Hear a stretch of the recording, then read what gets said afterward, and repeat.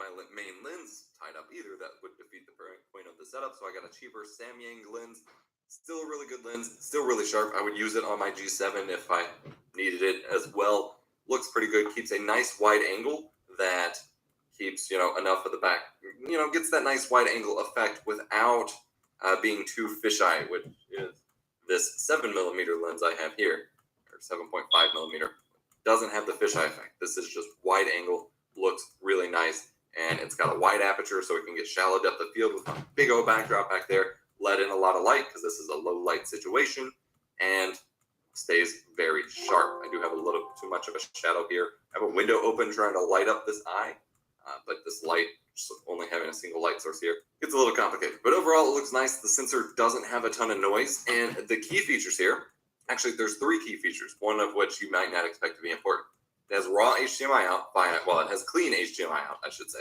Clean HDMI out via mini HDMI, so still not as good as full-fledged HDMI, but not as breakable as micro HDMI. Has DC power jack. Unfortunately, it's not USB, but it is just a straight power jack that it includes in the box, so you can keep it running off that. No batteries required. Thirdly, it's controllable via your smartphone, which is huge because it does not have a flip-out screen due to its size, which means if you need to change any settings, you need to pull it off the mount, mess with it, do a lot of complicated stuff that I frankly will never want to do. So instead, you connect to the phone's Wi-Fi on your phone, and I'm going to do that here, and you can start changing settings. Now, I'm actually going to use this here because currently what you're seeing is me in 1080p 30 FPS. The HDMI out is limited to 1080p 60, 50, or 30, or below. But I can't do the high frame rate modes or the 4K modes, which I'll touch on in a minute, out via the HDMI, which kind of sucks, but it's fine. I keep it on the 1080p 30 mode. I feel like, especially for the lighting that I have, this is the best look. It's super sharp. The noise in the backdrop is low. The lighting is clean and clear. If I kick it up to 1080p 60, since I have it set to a 180-degree shutter angle, did that just get wider? That's interesting. The image seems to get, I don't think I've ever noticed this, only when I'm like focusing this hard to record. It gets a little bit wider when you set it to 1080p 60 mode. I'm not sure why that is. You use more of the sensor, whatever. But you notice it gets a lot darker and there's a little bit weirder contrast on my face. For filming and stuff, you want a 180-degree shutter angle, which means going from 30 FPS to 60 FPS is essentially double the shutter speed, which means it needs more light. It's a lot darker. And of course, I can come in here and crank up the ISO to match because I'm already at the widest aperture. But then you start to get a little bit more noisy and it just doesn't look great. I prefer the 30 FPS mode, and I've had complaints in the past about having 60 FPS face cam anyway. So I can just set that back here to 1080p 30, which apparently, oh, that's a 4:3 mode. That's 1440p 30. It has a few different modes here. So actually, we can go ahead and run through that. I mentioned before, the HDMI out can only do 1080p 60, 50, 30, and below. But it actually supports quite a few things. So we saw 1080p 60 and 30. This is 1440p 30 and 4:3, and it can do 24 FPS variants as well. This is 1920p 30 in a 1:1 mode. Kind of interesting.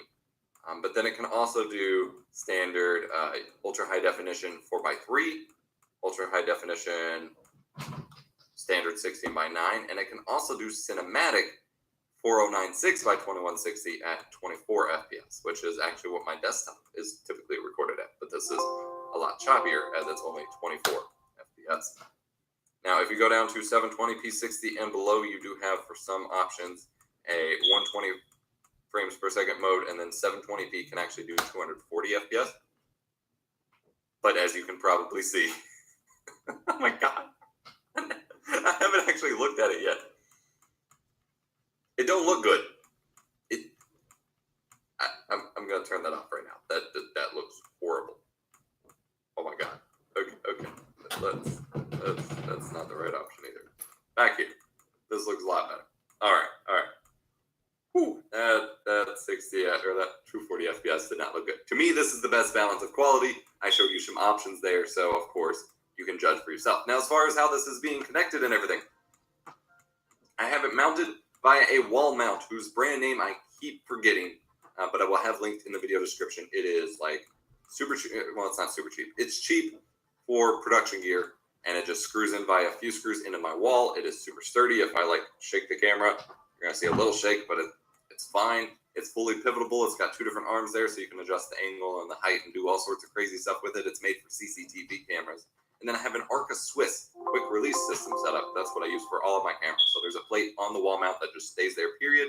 And then if I need to move the camera, I can unscrew the release, pull the camera off, put it back on really quickly, no spinning or craziness required. Then to run it to my computer, I of course have a capture card set up, which for this specific situation, I'm using the Elgato Cam Link. I typically use the Magewell XI100D USB thingy more often than the Cam Link. At least I used to.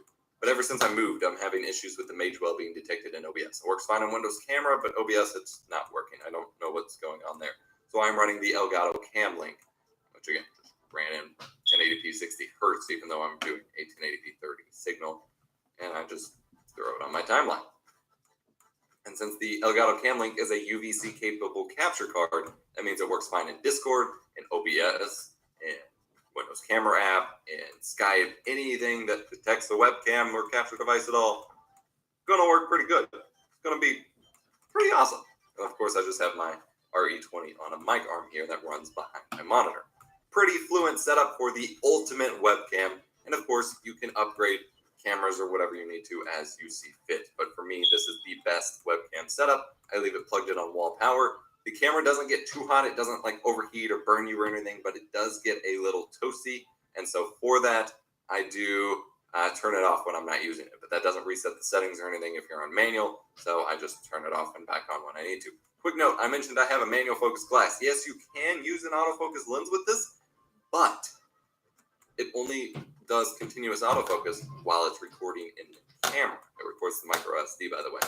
So if you're just trying to use it like this, not going to work. I also forgot to mention, if you do purchase this camera, which I purchased for about $250, which was a great deal, the firmware that comes on it is probably trash. Again, this was a Kickstarter project, which means it was improved over time. The firmware that ships with it is completely useless. I was this close to returning the camera until my buddy Steven, who showed me this camera in the first place and everything, wanted to make sure I updated the firmware and checked it out. The new firmware is pretty great. They do a lot with it here. If you're interested in more from the Zcam line, they do have a Zcam E2 in the works that I think I've actually secured a slot to review for you guys actually in June, so very soon, I hope. It is not a sequel to this per se. Instead, they're taking on the cinema camera industry. So they are heavily I'm in one of their Facebook groups where they're talking about updates and stuff. They are going after the FS7s, the C100s, the Reds. They are making a full-fledged cinema camera that can do high res, can do high frame rates, can do RAW. They're trying to do ProRes RAW if they can, which they can't confirm because of licenses right now. Like, they are putting so much into it. It has built-in streaming via streaming protocols as well as HDMI out. I think they're doing SDI, XLR analog input. There's a lot. They're kicking butt with this camera. It's going to be about the price of a GH5, but it might actually have a lot better value than the GH5. And they're constantly polling everybody who's in the group to see which features are most important and what they should work on and show design concepts and things like that. So link to that Facebook group will also be in the description down below. And hopefully I will get a review unit for you all so I can throw that your way and check it out and maybe have a cinema camera for my studio here, which would be amazing, especially for that price. So thank you so much for watching.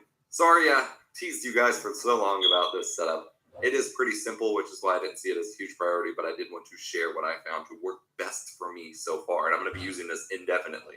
Like I said, I need to figure out lighting in this new studio because I don't have the same kind of lighting space, but I am excited to get to work using it. So thank you so much for watching. Hit the like button if you enjoyed. Get subscribed for more awesome tech tips. I'm here to make tech easier and more fun as always. I'm Yuswd, and I'll see you next time. So what is the best live streaming setup for YouTube Live and Facebook if you want your content to stand out and really have a higher quality than most of the stuff that you see out there? In this video, I'm going to be breaking down all of the gear that I've been using lately. Coming up.